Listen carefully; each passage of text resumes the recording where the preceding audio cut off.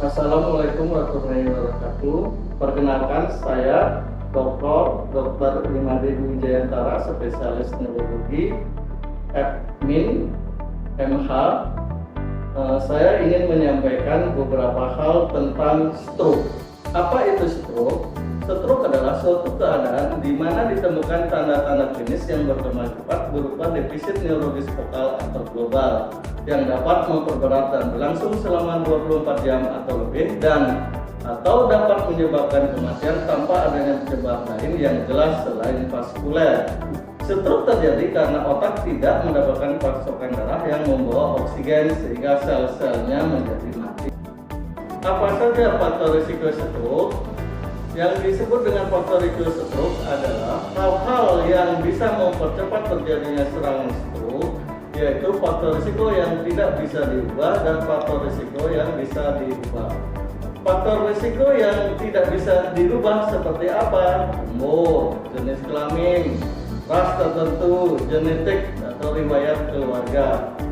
Sedangkan faktor risiko yang bisa dirubah seperti apa? Seperti penyakit hipertensi, diabetes mellitus, obesitas, dislipidemi, penyakit jantung seperti gagal jantung, pasca stroke, sickle cell anemia, merokok, stres yang berkepanjangan, migrain, penyalahgunaan obat, kurang aktivitas fisik, tidak mau olahraga, konsumsi alkohol, dan pemakaian kontrasepsi hormonal. Bagaimana mencegah faktor risiko antara penyebab terjadinya stroke? Dengan ada slogan namanya cerdik.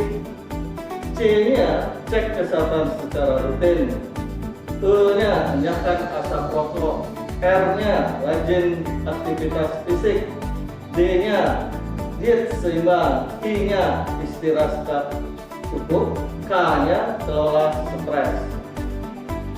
Nah, bagaimana mencegah stroke?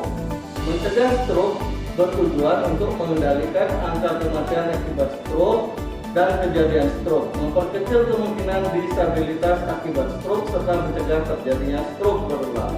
Bentuk-bentuk upaya pencegahan stroke yang dapat dilakukan adalah: 1.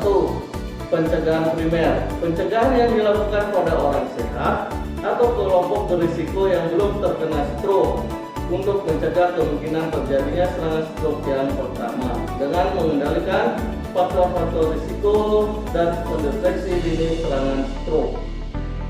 Nah, selanjutnya adalah pencegahan sekunder, pencegahan yang dilakukan pada orang yang sudah mengalami serangan stroke agar tidak terjadi serangan stroke berulang, yaitu dengan menambahkan obat-obat pengencer darah seperti golongan aspirin. Di samping mengendalikan faktor-faktor tersebut yang setelah saya utarakan, individu pasca stroke tetap secara rutin dan teratur mengontrol faktor-faktor penyebab terjadinya stroke. Apa saja tanda dan gejala stroke? Slogannya adalah segera ke rumah sakit. Se-nya adalah senyum tidak simetris, mencong ke satu sisi, tersedak atau sulit menelan air, minum secara tiba-tiba. G-nya gerak separuh anggota tubuh melemah tiba-tiba. R-nya bicara pilu atau tiba-tiba tidak dapat berbicara atau tidak mengerti kata-kata, bicara tidak nyambung. Ke-nya kebas atau bal atau kesemutan separuh tubuh. R-nya rabun, pandangan satu mata kabur terjadi secara tiba-tiba. S-nya sakit kepala hebat yang muncul tiba-tiba dan tidak pernah dirasakan sebelumnya. Gangguan fungsi keseimbangan seperti terasa berputar, gerakan sulit dikoordinasikan, tremor atau gemetar, sempoyongan. Jadi slogan yang harus kita ingat adalah segera ke RS atau rumah sakit. Semakin cepat mendapatkan pengobatan, penderita stroke dapat tertolong dan mengurangi risiko kematian atau kecacatan permanen. Jadi, stroke adalah kegawatan. Pengenalan sejarah gejala stroke oleh diri sendiri atau keluarga menjadi sangat penting. Gejala stroke pasti terjadi secara mendadak. Jika didapatkan gejala tersebut, segera ke rumah sakit, jangan ditunda.